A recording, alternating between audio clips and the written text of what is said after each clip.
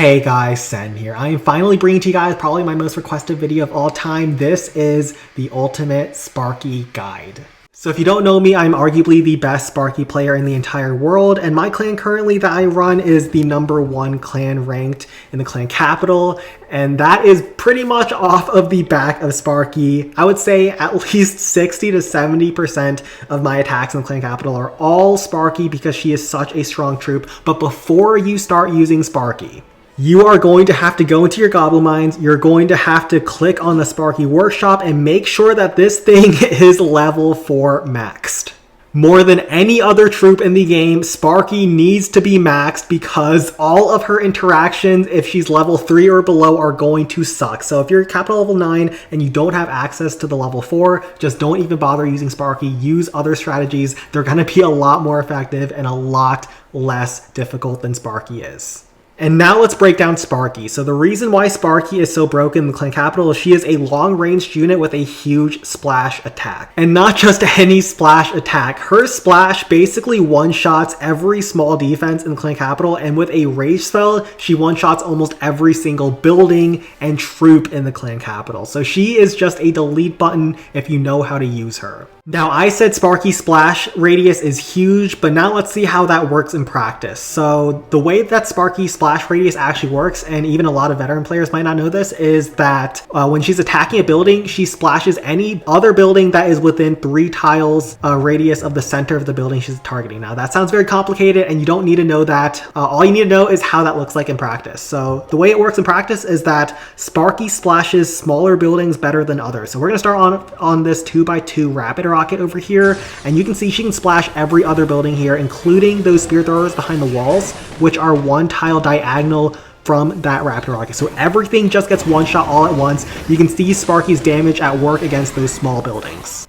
Now, she cannot splash any building that is 2 tiles away from that 2x2 building, or any other building she's targeting for that matter. So those air defenses and spear thrower that are 2 tiles away from that initial target, none of them can be splashed. Now, the way Sparky's splash works is as the building she's targeting gets bigger, her splash radius gets worse. So if we try to target this 3x3 giant cannon, we'll see how this looks. Before, she was able to splash those 2 cannons that were 1 tile diagonal. Now she cannot splash those cannons that are 1 tile diagonal. So the one change between the 2x2 and the 3x3 building is Sparky can no longer hit those diagonal 1 tile away buildings. So now we have the 4x4 blast bow. Now, it used to be that we could hit buildings that were 1 tile away from the building that she was targeting, in this case the blast bow, but now, because it's a 4x4 building, any building that is 1 tile away from the blast bow, it cannot be splashed by Sparky. So now her splash radius is getting really small, and you usually want to help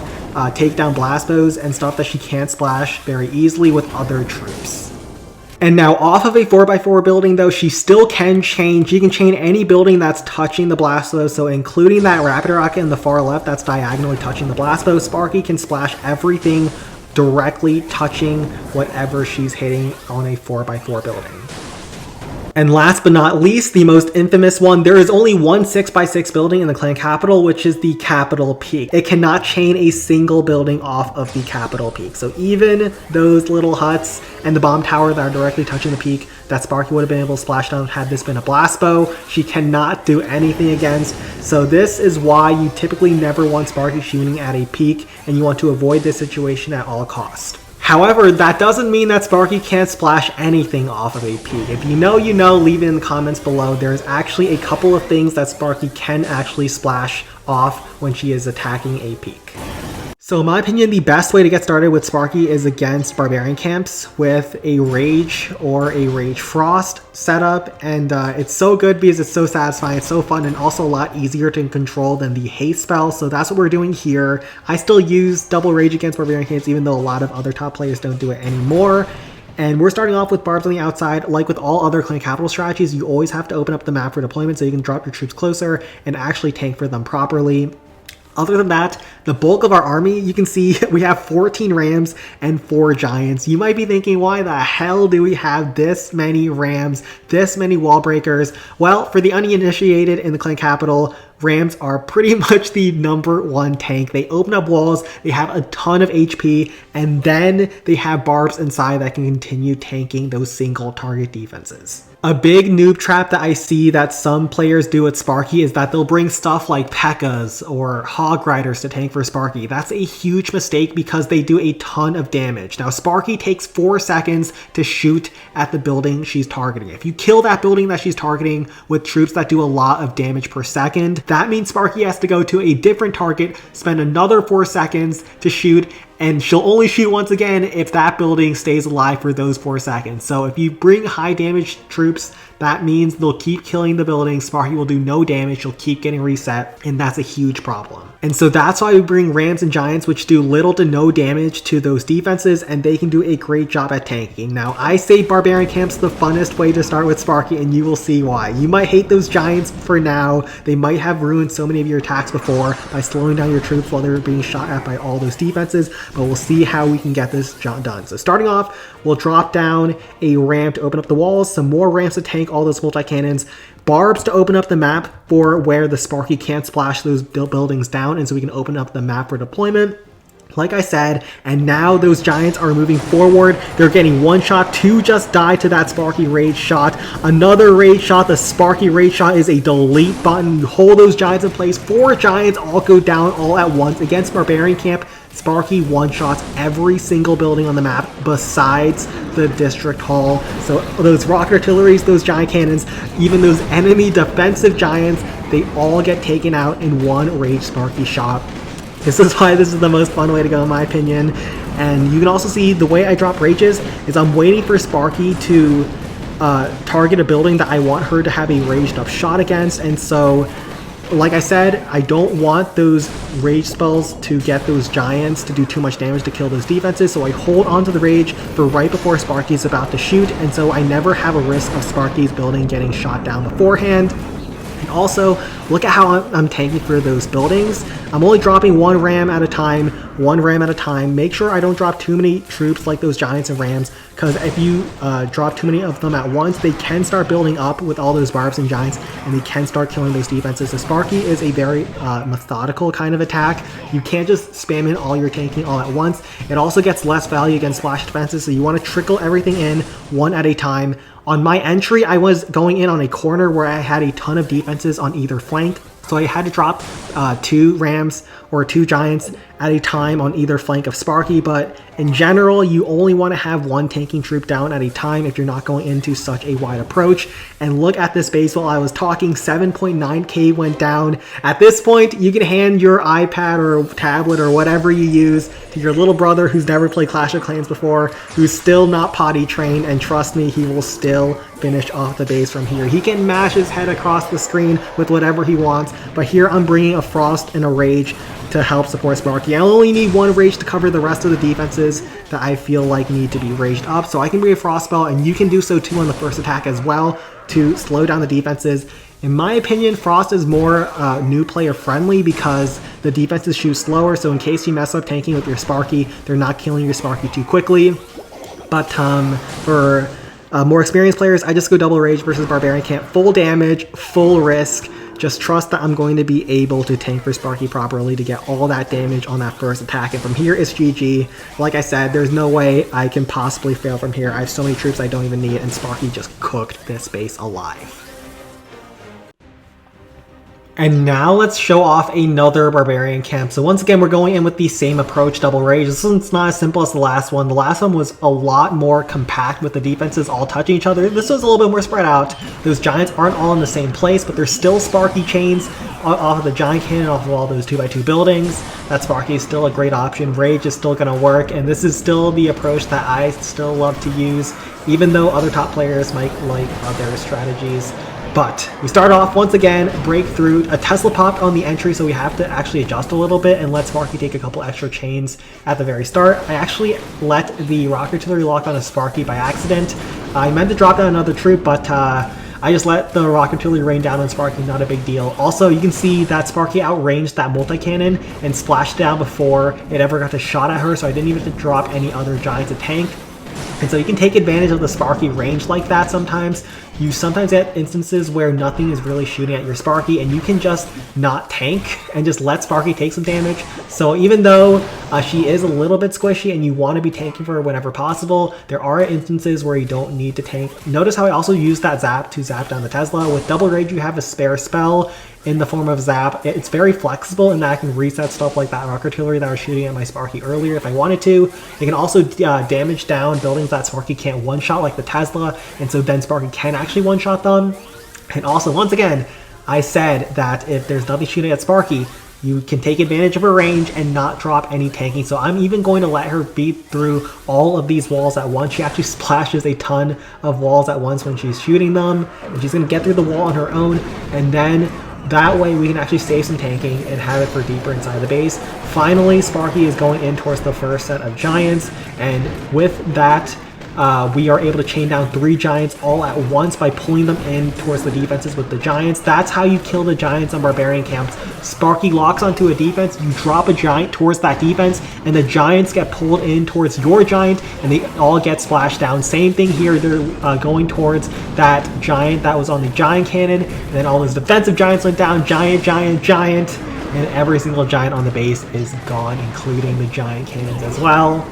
So from here, we've run out of giants and rams, and we're having to tank with some barbarians. A little bit awkward, but you can see Sparky just annihilated the base. Even though this is maxed, all of the Sparky interactions are the same. That's why Sparky is so good versus max defenses. She's still one-shotting everything, and she's even getting more gold than I did on that first attack of my first barbarian camp. 9k, almost 9k first attack. So even less than before, even though it's a max base, that's a little bit harder. So Sparky, with good mechanics, is so broken, and my clanmate's just going to finish this thing off with some rocket balloons. You can use anything at this point. You can let your little brother or little sister, or just your baby at this point, they can just crawl on your iPad. That thing's going down. Sparky is busted.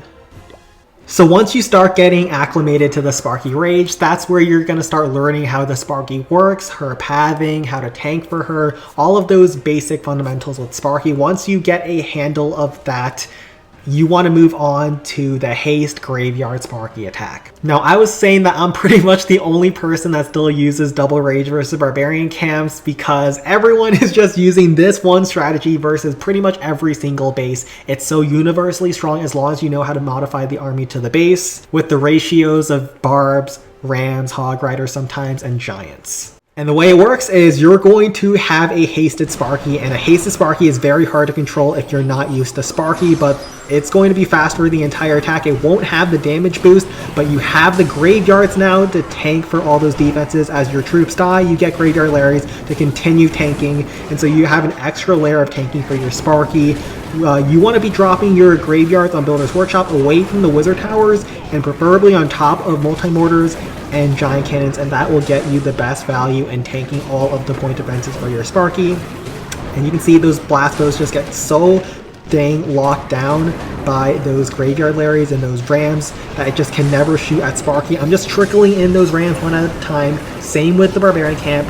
It's the same fundamentals with tanking that I'm using with barbarian camp earlier. I actually mess up here with the blast bow locking onto my Sparky. It snipes my Sparky out of nowhere, but Sparky does have some HP. You can mess up a little bit sometimes, but once again, you don't have the Zaspo when you go in with this army, and so therefore you have to be a little bit more careful with this than the double rage.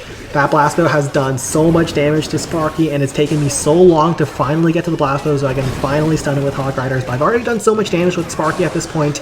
The entire base has gotten rinsed at this point. Basically, there's a Tesla that's going to finish off my Sparky. Doesn't really matter. Or is Sparky going to get another shot? Looks like she is. Wait, she's going to get another shot? Yes, she is. Can she get another shot? Oh my god, is she actually going to get another shot? With a one more barb to tank, she gets another shot. And yeah, this base is cooked to 8k. This is the strongest strategy with Sparky that you want to be learning once you get a basic handle. I think I just finished up with Miner Spam from here. Some Teslas pop, but those aren't big threats to the miners. So yeah, I'm pretty sure I just go miners for bonus gold. But yeah, It was all about that setup, all about that first attack. There's so many traps on the outside, actually. Good thing I brought a couple of rams and a couple of barrels, because, man, there were a lot of traps there. Still, it doesn't matter. Too much of the base went down. Some Teslas aren't going to stop that horde of miners, and Sparky just, once again, annihilated the base. But you have to have good control of your Sparky. This might look easy, and once you've done it 1,000 times, it is easy, but at the very start, a hasted Sparky is very hard to control. It's very fast, and if you don't tank fast enough, Sparky's going to charge towards all those defenses. It's going to get locked onto by everything, and you can't do anything because you don't even have a zap to reset them. So, trust me, learn the basics with Barbarian Camps, with the double rage, maybe even do double rage Goblin Mines and Skeleton Park before you move on to the Haste Sparky. This is the most powerful strategy, but it does take a little bit getting used to Sparky first. Alright, so you have learned the basics. You can do the Sparky Double Rage, you can do the Sparky Haste Graveyard strategy to two-shot districts in the clan capital, but can you do better? The answer is yes. So let's take a look at the default strategies and the default one-shot. So this is a default Goblin Mines. If a clan has never changed their original layout from when they first unlocked Goblin Mines, this is the layout that they will have, and all of the default layouts for all of the districts have all been mapped out by the clan capital community, and all of them have pretty consistent, or most of them have pretty consistent strategies to actually one-shotting them. So once you've learned the basics, now it's time to learn some of the cool things that you can do with Sparky. Almost every single default one-shot now involves Sparky. Sparky is just so good against all of those very compact layouts for some reason. I don't know why she's so broken against ruins, and almost every strategy now uses them. I do have a I do have a default one-shot guide on my channel that's like a year old, and the default strategies just evolved so much from then. They're all on the Discord server, all the latest and greatest ones, so come there if you want to learn anything. You can rebuild the bases and then practice them on your own, in your own clan capital, and get very consistent at all of them. If you're only going to learn one, I would recommend learning Goblin Mines because it's the most common one and also a very consistent strategy. You can also impress your clanmates because this is a maxed out Goblin Mines worth 11,460 gold. So I'm going to get close to 12k gold on a single attack with this account. If I did this 6 times with all of my attacks, I could get 70k in a raid weekend. So you can also impress your clanmates like this, as well as boosting them in performance, because one-shotting districts, as you might imagine, helps out your clan immensely when it comes to raid medals, when it comes to trophies, and it's so important to learn, especially for top clans, but even for newer and lower level clans. If you just learn a couple of these, they will benefit you immensely. So your clanmates are 3-shotting these bases, well, you can take them out in one go. In 1/3 of their army, you can get the same job done. We'll speed it up from here. This strategy is on the Discord server. This is the most updated Goblin Mines strategy. I'm not the best at this, so I might not be the best to try to learn it from this replay here, but I can still do it competently enough to where I can still get one-shots, and you can as well. Alright, now let's head into the other intermediate style of attack. This is the Sparky Dragon Cliffs. Now, against Dragon Cliffs, I almost always recommend every player that's not a pro just use miners at all times, but for top clans trying to push to the top of the global leaderboard, you have to two-shot every single district at all times, basically, and so miners will not get that job done, but Sparky with miners usually can. So this is my clanmate Death Star attacking. He's probably better at Dragon Cliffs than I am, and this is the setup that most players actually go for when they're going for Dragon Cliffs. I like bringing rage spells.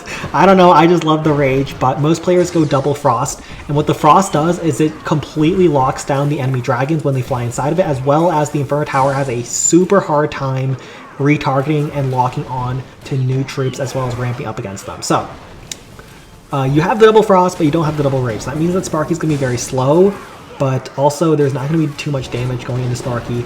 And notice how he's methodically killing those enemy supers by tanking for the supers with other troops, and then he'll drop an Inferno Dragon to kill it while it's distracted. And so the Inferno Dragon ramp damage can actually get through all of the HP on the dragon very quickly. And he's going to try to greed and use his Inferno Dragon to kill another super, but it's not going to quite work out for him because it looks like the enemy super is going to burn down his dragon. Even in the frost, they do quite a bit of damage.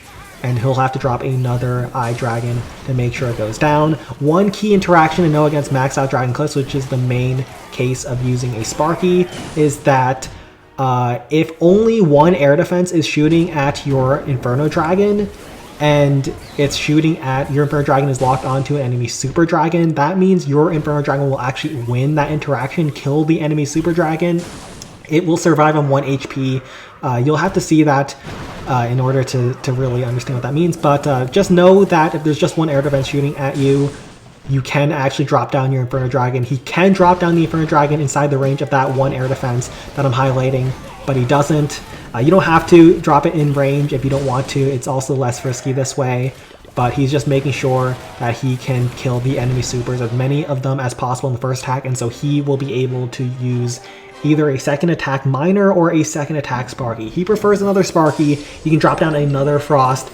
Those Frost spells are so good at locking down those troops, and also he drops down Graveyards now because he doesn't need another Frost to deal with all of those defenses, which are on the backside, and there's really nothing to Frost. And you can use that Graveyard to drop it inside the Frost spell to pull the dragons into the Frost spell range and hold them in place, lock them down for now his Inferno Dragon to kill all of those remaining enemy Super Dragons for him.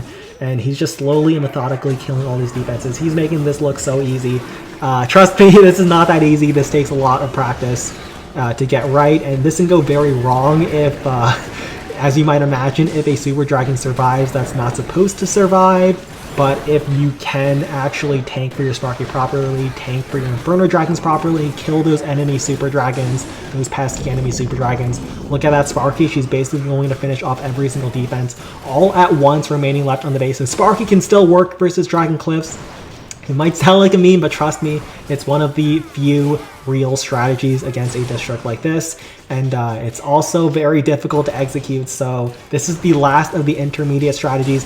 It's a bare minimum for any trophy pushing clan trying to go for the global leaderboard, and from here we are going to the pro level for basically the top 10, top 20 clans. This is what you'll have to learn. And here we go, this is the pro level. Very few clans are capable of attacks like this. This is the non-default attack one-shot. I said before, you can one-shot the default layout. Sometimes you can one-shot bases that have been changed. If they're low level, if they have bad layouts, Sparky can actually exploit some of these. And if you get lucky enough and you have pristine Sparky mechanics, you can get some of these done. This is not me attacking, this is my claymate Death Star once again. He specializes in Builder's Workshop, probably the best in the world at this, and he is going in. So, let's see how we get this done. One of the biggest keys about non-default one-shots is time. You don't have enough time with around 25 to 30 Sparky attacks in the 3 minutes. You have to allocate those attacks properly to make sure you have enough to take down every single defense. So that multi-cannon cannot be one-shot by a Sparky, so he uses a barb to chip it down for a one-shot. That Wizard Tower cannot be one-shot by Sparky. He uses a barb to chip that down as well. That Air Bombs cannot be one-shot by Sparky. It's behind a wall though, so you can't actually get an angle with barbs on it, unfortunately. So you'll have to use another ram to wait another 4 seconds to chip it down. So his 2 chip downs, he's already saved 8 seconds, 2 Sparky attacks. That Tesla can't be one-shot. Barb, tank for the Sparky, chip it down, another 4 seconds he just saved. It's all about saving time and managing your Sparky HP. He saved so much time. His Sparky is so healthy, but he's running low on troops and there's so much base still left. Ram to tank those point defenses, Barb to tank the Giant Cannon. That's a great tactic he just used. Barbs are much better at tanking Splash than those Rams are because Giant Cannons can actually one-shot Rams as well as the Barbs inside if it kills the Rams. And now his deployment zone is getting choked. He can't deploy any troops to tank, so he drops a troop from an angle. Very nice tactic there. He was a little bit early, I think. I don't think he needed to drop that Ram quite yet, but he noticed his deployment zone was not opened up, so he couldn't drop any troops there. That wasn't his fault. He didn't make a mistake or anything, but Sometimes when you're low on troops, you have to improvise like that, and he did a very good play by dropping his Rams at an angle like that. Now Sparky's going forward. He has around 30 to 40% HP. This is why you have to keep your Sparky HP up. These attacks are close on time as well as close on power. He's got one giant, he's got one barb left. He's gonna have to make the best use out of it by using those last remaining troops to lock down those last few defense. He's actually gonna flex a little bit on us. He did such a good job at tanking at the start of his attack that he didn't even need to tank for the Sparky, and it has like 20 to 30% HP. That's actually a very healthy Sparky for a non-default one-shot. He crushed this base. This looked really hard to me, but sometimes if you do your attacks well enough, he can even swag a barb a ton of time and smash the space in one attack.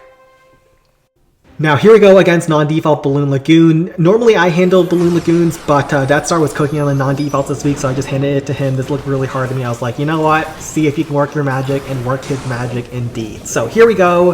He's using some barbs and some Rams to tank for Sparky in the approach. He couldn't quite chip down that 1 HP air bombs because there was so much trash in the way, which really sucks for him, but it's not too big of a deal, and he'll be able to manage time later on in his attack. I forgot to mention there are basically 3 districts that are non-default layout one-shots are possible. Builder's Workshop's definitely number 1, followed by Balloon Lagoon and Wizard Valley. Wizard Valley is the hardest. It's the one you would probably want to learn the last, and I'll show that last with maybe 1 or 2 replays depending on how I'm feeling. But remember how on the Builder's Workshop he was chipping down everything? Well, on the Balloon Lagoon he's pretty much chipping down nothing, and the reason for that is his chains are just so good if he doesn't chip down any buildings, and so you also want to be calculating your Sparky chains. This is one of the more advanced tactics. You can actually calculate out your Sparky pathing and your Sparky chains. Sparky is a very predictable troop, and you can map out pretty much everything she's going to get and all of the damage breakpoints and her pathing and everything. If you are sweaty enough, try hard enough, and especially on the global leaderboard, stuff like that is pretty much mandatory for peaks as well as non-default. So he's done a great job at tanking for his Sparky. Also, the Haste Graveyard, that was the intermediate strategy, or the hard beginner strategy. That's pretty much the only attack that's going to get the non-default one-shots done versus Balloon Lagoon and Wizard Valley. So once you have learned those attacks, you want to perfect those attacks to be able to do stuff like this and one-shot even these non-default layouts. Now he is about to get griefed by Sparky. I don't know what happened here. If someone in the comments can explain this one to me, look what Sparky's about to do. He was about to rage when this happened. Sparky skips the cannon somehow. That was closest. Goes for the spear thrower and in range of the Inferno Tower. Thank God the Sparky pushed back.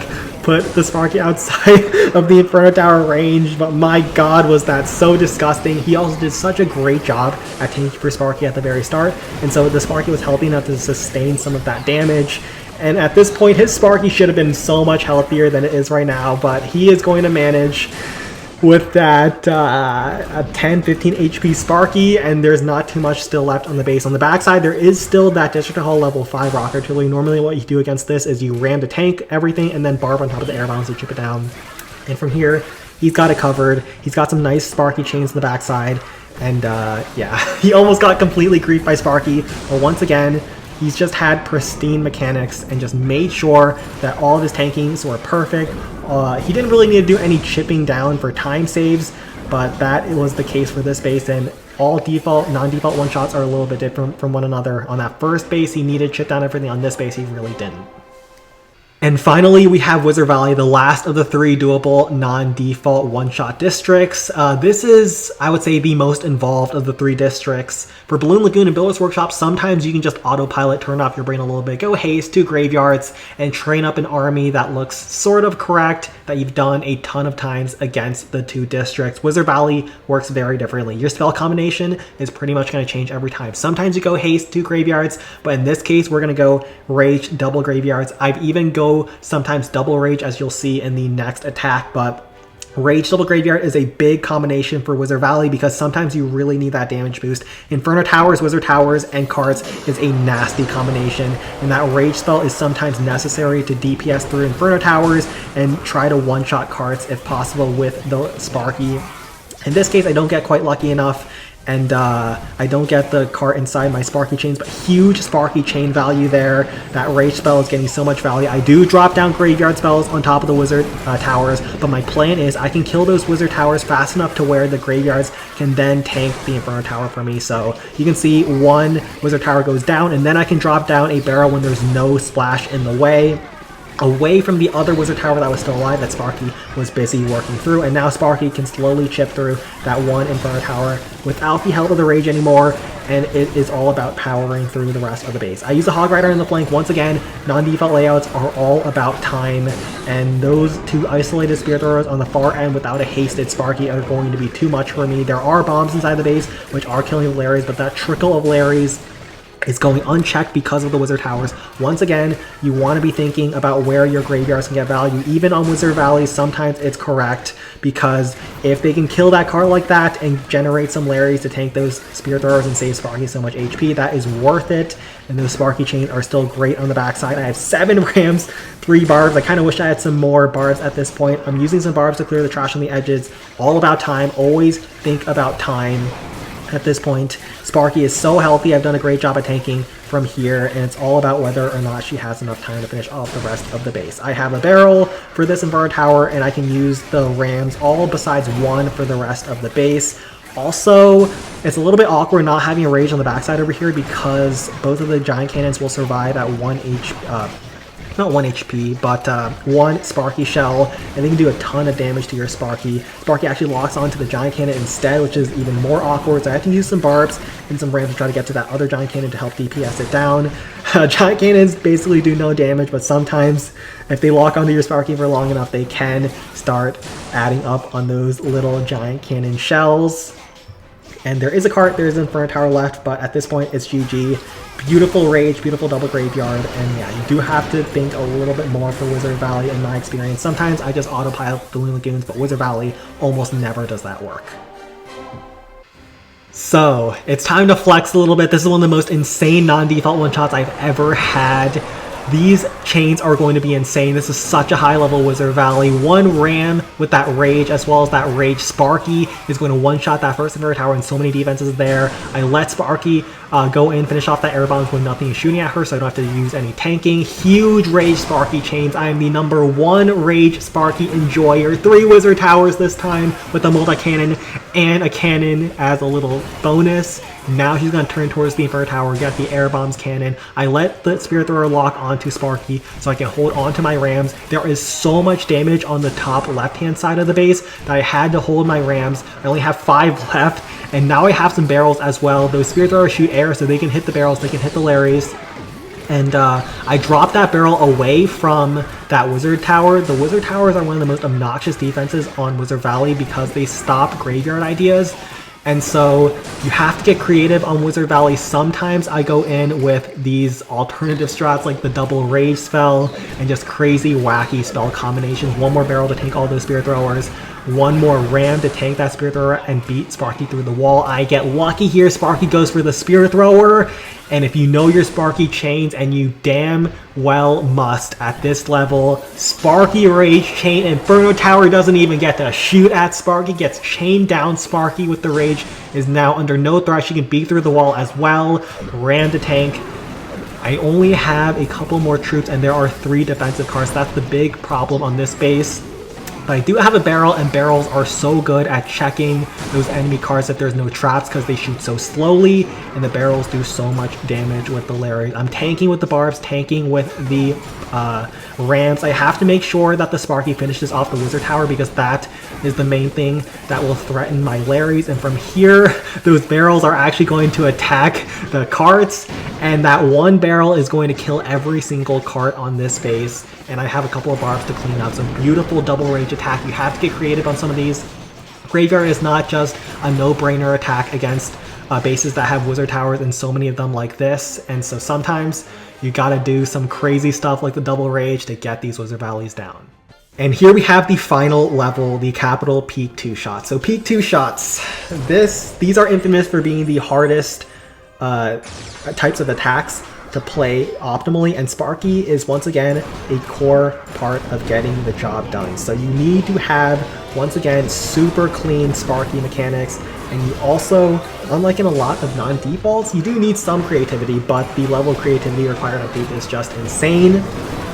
There is basically no Peak that plays the same as another, and that's why it's kind of hard to create a general guide when it comes to Peak, but there are a couple of general tips that I feel like I do really well that helps me get very far on Peak. So, number one, Sparky calculation. A lot of people are rightfully a little bit too lazy about calculating out your Sparky chain. Sparky is a very predictable troop in that you can actually map out exactly what you're going to get during the entire attack in like 90% of cases. Of course, you have some really stupid Sparky interactions sometimes, and sometimes it just doesn't go your way. But in the vast majority of cases, you can actually predict how Sparky will go from defense to defense, and knowing her damage thresholds and knowing where she will go will allow you to predict what you're going to get on the first attack and what you need to bring on the second attack. So planning out your first attack thoroughly and also having a general idea of what you're going to bring for your second attack is very important. Whenever I go for my first attack, I have a very clear goal in mind for the things that I want to get, and that all stems from my Sparky calculations. And number two, your spell allocation. So when it comes to Peak, you have two attacks, so you can bring two sets of spells. There are so many different spell combinations that are valid for capital Peak. Just to name a few, the first one to think about is the Frost on the first attack, and combine it with Rage or Haste. So if you're going in towards a Peak on the first attack like I just did, you have to actually Frost the Peak in order to slow it down, otherwise it will kill your Sparky quickly. And then from there you can determine whether you need a Haste, whether you need Graveyard, or whether you need a Rage for damage boost. I need a damage boost on that first attack, so I decided to go for that. Another thing that I do really well when it comes to Peak is managing risk. So I know that I will pretty much never 4-shot a Peak unless I'm just completely flustered on both attacks, or all three attacks basically. So I'm allowed to take a lot of risks when it comes to what I do on my first attack. So even if I get, let's say, a 1k first hit, I'm confident I can 3-shot it from there. So knowing that I can take a lot of risk when it comes to very difficult bases means that I go for plans that maybe have you know, a 5% chance of success, but that's still better than a 0% chance of success and then just having to go for bonus gold, like maximizing bonus gold instead of even going for an attempt. So knowing how to manage your risk, like in this case, I went for the Wizard Bomb first attack. I figured if I didn't get a Wizard Bomb off on the first attack, I was not having a single chance in this Peak. Rewind that if you want to see how I pulled it off. A very clean Wizard Bomb actually that was able to set things up for the second attack, and yeah, very good mechanics on this attack. Didn't really talk too much about it, but those are some general tips. I would say plan out your attacks, map out your spells, and just try your darn best. Peak is a very involved district that you'll need months, and if not a year, to get good at. Alright, I hope you guys enjoyed today's attacks. I just had to go through so many different attacks, so many levels of attacks to cover all that Sparky has to offer. But if you want to see some more stuff live, and even the pro level with the non-defaults and the Peak 2 shots, you can just come over to the streams. I stream every weekend on Saturday, 11 a.m. EST. And this week I can stream some #1 clan in the world gameplay at Balloon Skies. So I hope to see you all there. But like and subscribe if you enjoyed today's video, and take care.